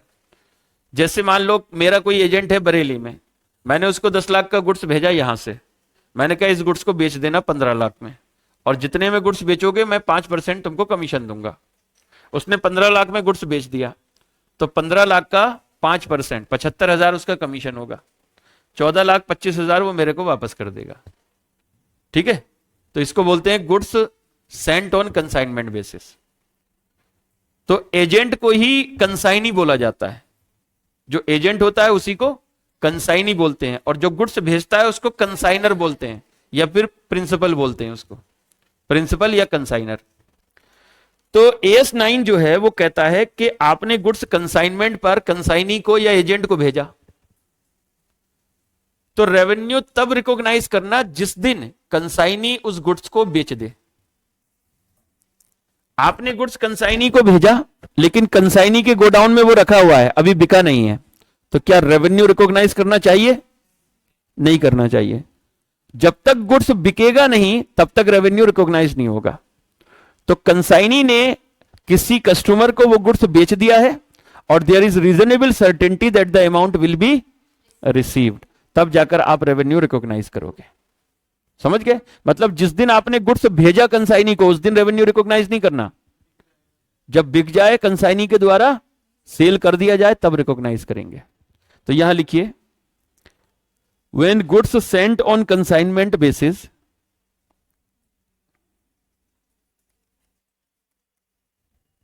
sent on consignment basis,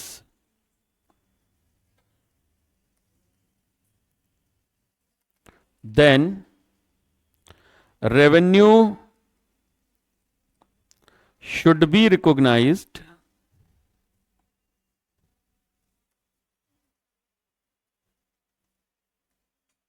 when goods is sold by consignee oblique agent and there is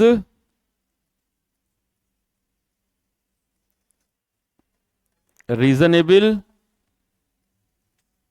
certainty that amount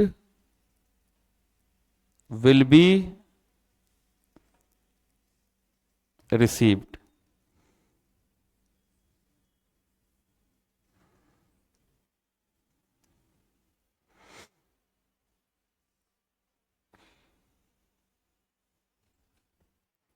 बताओ जी, ठीक है यहां तक?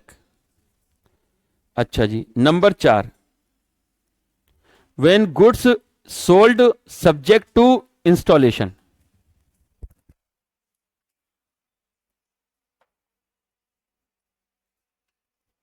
Goods is sent to, sorry, sale. Goods is sold subject to installation oblique inspection। Inspection. Goods आपने subject to installation oblique inspection, goods बेचा, लेकिन यह भी बोला साथ में कि गुड्स डिलीवर भी करेंगे और आपके घर पे जाकर इंस्टॉल भी करेंगे।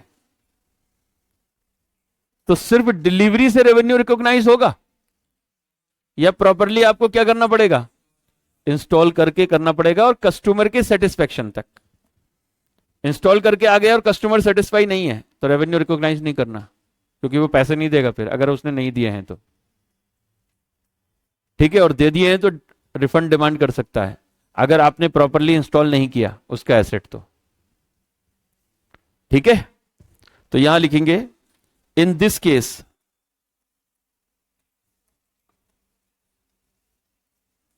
Revenue should B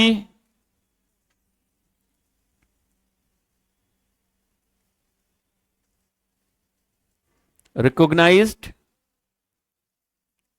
when goods is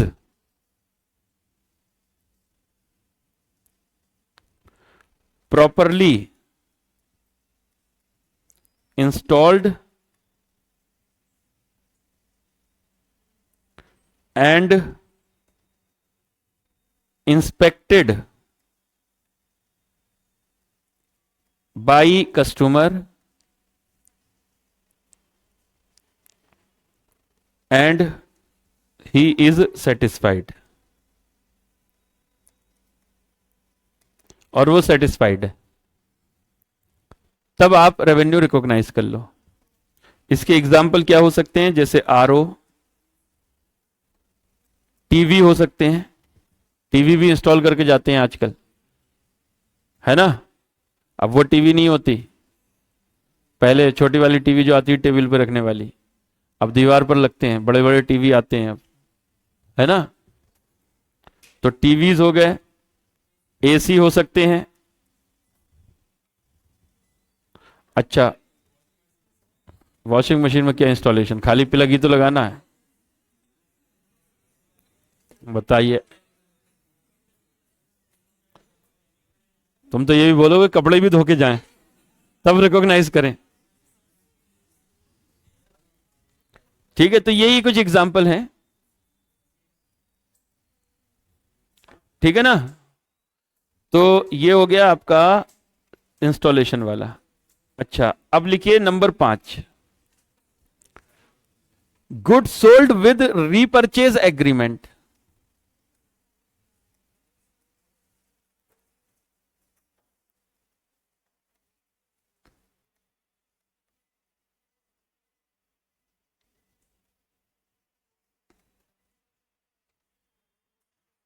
goods sold with repurchase agreement.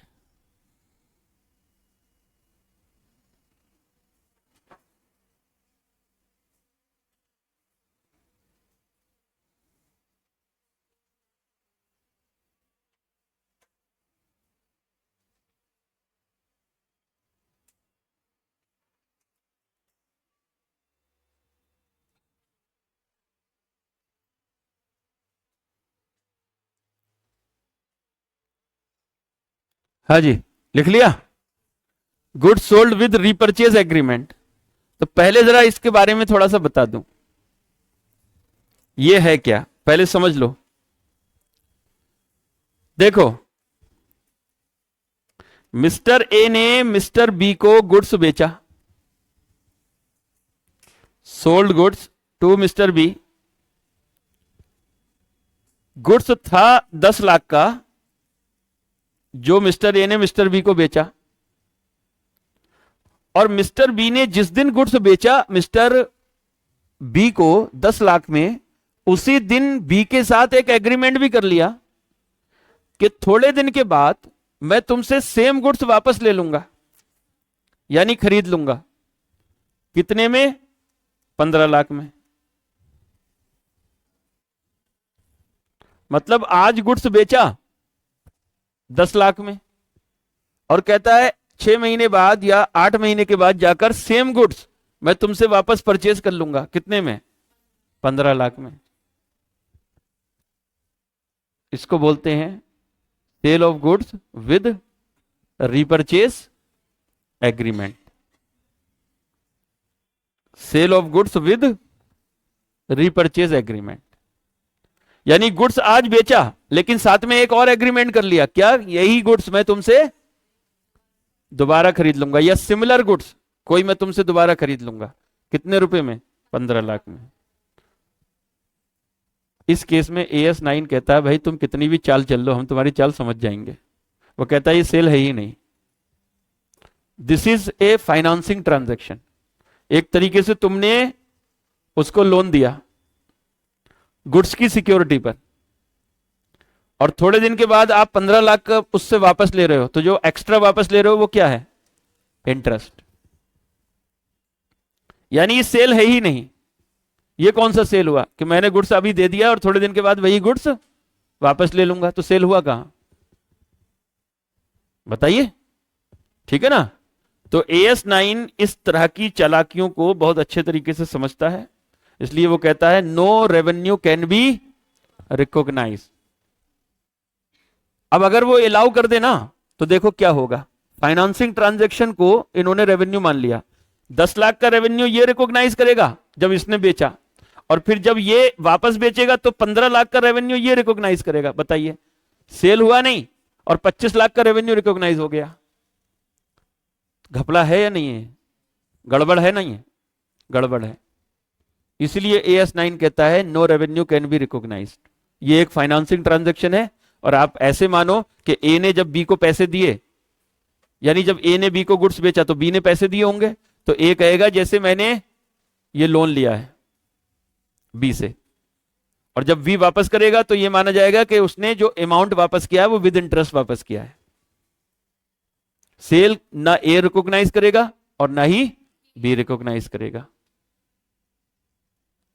ठीक है? तो रेवेन्यू को देखो, AS9 जो है ना, ये बहुत छोटा बच्चा ये ऐसे ही है, इसमें फिर भी झोल कर जाते हैं कंपनियां बहुत सारी। आप फाइनल में पढ़ोगे इंड AS 115, वो भी रेवेन्यू के ऊपर है, रेवेन्यू रिकॉग्निशन। उसमें कंपनी कितना भी चाह ले झोल नहीं कर पाती है, बहुत ट्रांसपेरेंसी है उसमें। और सबसे बड़ा इंड AS में से एक है वो, जो आप पढ़ोगे वहां जाकर, तो उसमें आप रियल में पढ़ोगे कि कैसे कैसे लोग बेवकूफ बनाते हैं, और इंड AS ने कितनी कितनी बारीकी से एक एक पॉइंट को पकड़ा हुआ है कंपनी के, कि अगर ये भी नहीं कर सकते, ये नहीं कर सकते, ऐसे रेवेन्यू रिकॉग्नाइज नहीं कर सकते। ये तो कंपनियां तो पता नहीं क्या क्या करती हैं। ठीक है, रेवेन्यू बढ़ाकर दिखाने के लिए, टैक्स बचाने के लिए क्या क्या करती हैं, और सब करवाते आप ही लोग।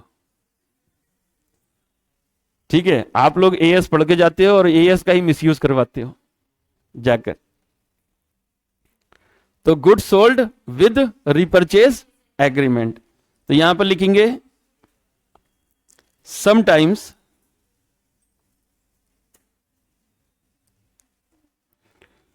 Goods is sold by seller with an agreement to repurchase it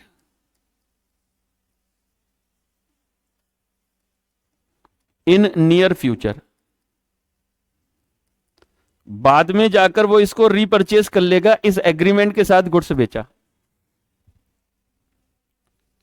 as per AS9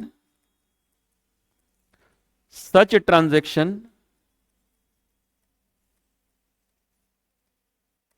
will not be treated as sale purchase,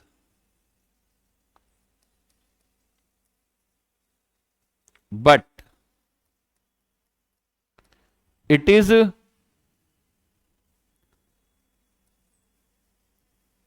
treated as a financing transaction.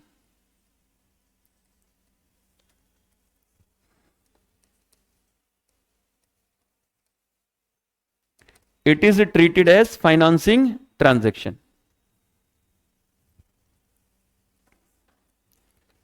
Difference between sale price and repurchase price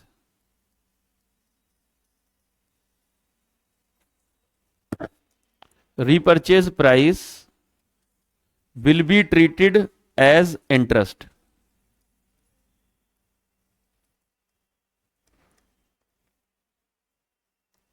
Will be treated as interest.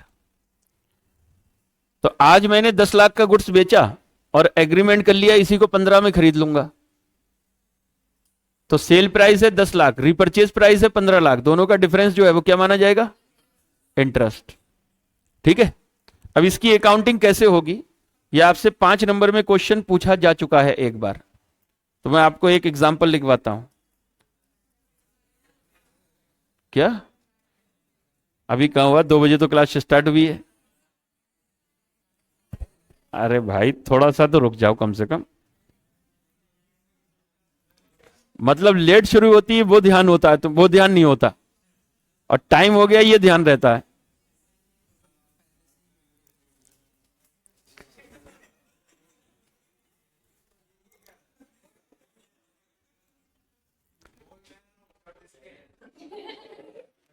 कौन ये चतुर है? अच्छा, लेकिन तुम जब आए थे तो सीधे साधे थे, इनके साथ रह के तुम बिगड़ गए, तो इनसे बच के रहो। ठीक है, तुम्हें भी बिगाड़ देंगे ये सब।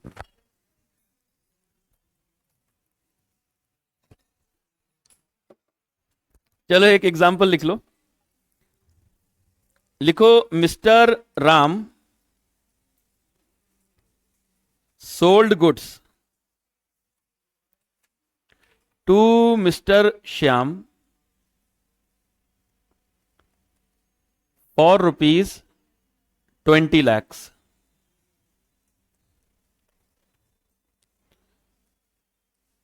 with an agreement to repurchase such goods after 6 months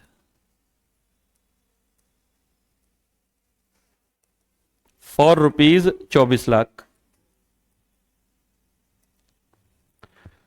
goods बेचा 20 लाख में, लेकिन एग्रीमेंट कर लिया कि हम तुमसे यही गुड्स 24 लाख में खरीद लेंगे 6 महीने के बाद। आगे लिखिए, what will be treatment as पर AS9 and past journal entries in books of both parties।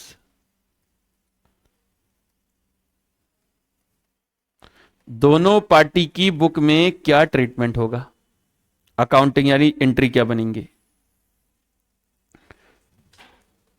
पहले तो मुझे ये बताओ,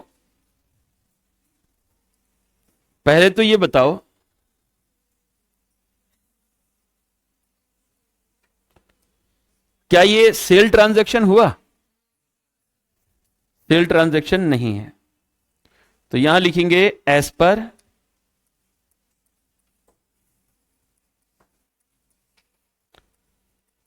AS9 this transaction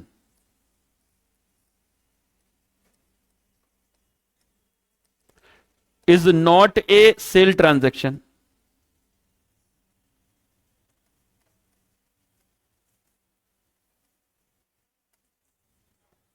so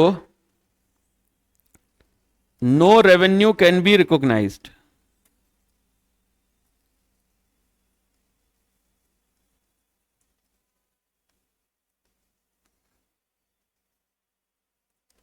No revenue can be recognized.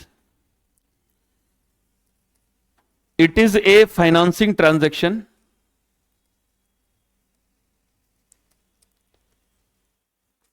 It is a financing transaction.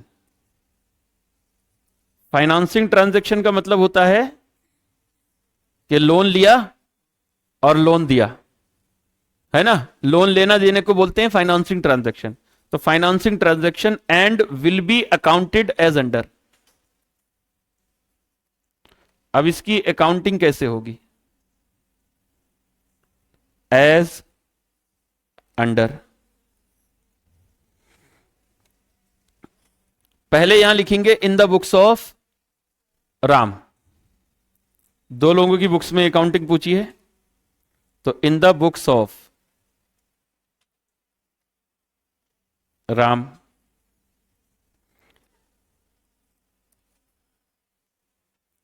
When goods sold. अच्छा जी, जब goods बेचा तो पैसे किसके पास आए? राम के पास पैसे आए या गए? राम के पास पैसे आए। कितने? 20 लाख। तो ये लिखेगा लोन फ्रॉम श्याम। एक minute, bank account debit, bank account debit, पैसे इसके पास आए, टू लोन फ्रॉम श्याम। यानी वो सेल नहीं मानेगा इसको, बल्कि क्या मानेगा? लोन। तो loan from Shyam being loan recognised.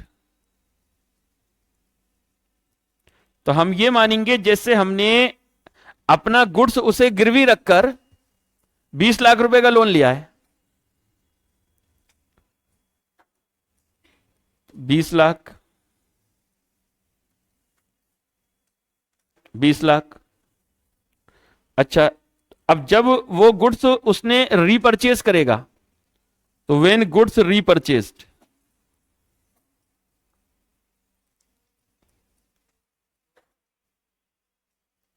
जब गुड्स रीपरचेज किया जाएगा तो जानते हो क्या माना जाएगा? कि जो उसने जो लोन लिया था वो रीपेड कर दिया। तो it will be treated as repayment of loan along with interest.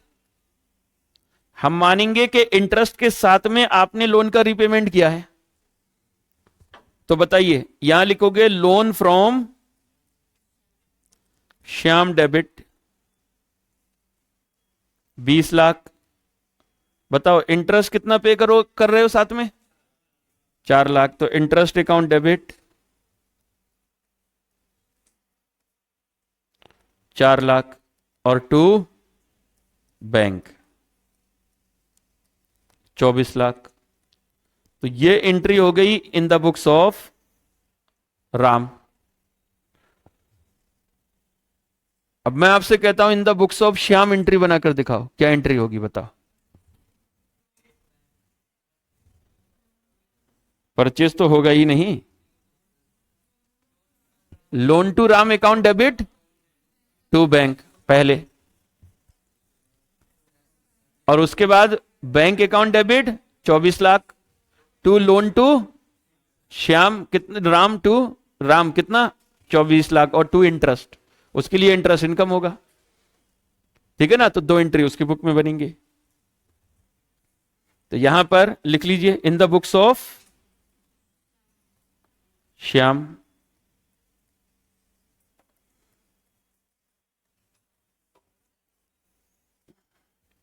Number 1, when goods purchased, जब वो गुड्स परचेज करेगा तो क्या एंट्री होगी? तो इसको हम फाइनेंसिंग ट्रांजैक्शन मानकर यानी लोन रिकॉग्नाइज करेंगे। हम ये कहेंगे हमने लोन दे दिया, तो एंट्री होगी loan to Ram debit to bank 20 lakh.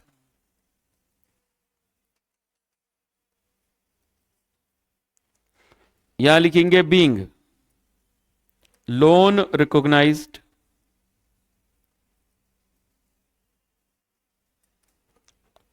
ठीक है जी। अच्छा number 2, when goods purchased are sold.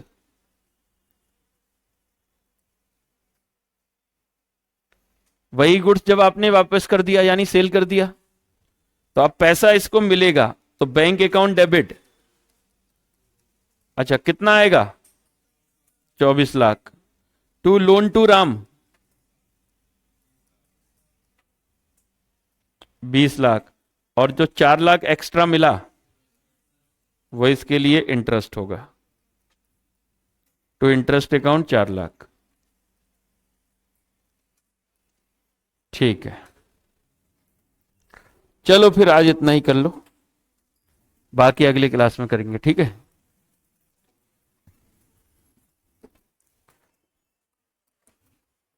Thank you very much. वैसे अभी टाइम बचा हुआ है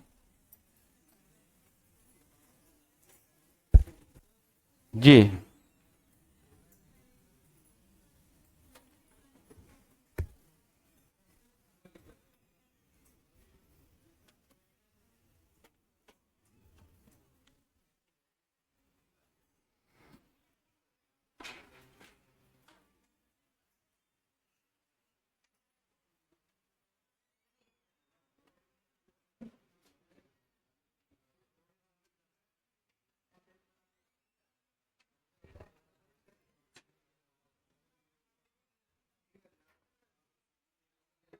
सर नीचे वाले एंट्री के नरेशन यही हैं। हाँ जी बेटा यही है, जो ऊपर मैंने लिखा है ना वही नरेशन है।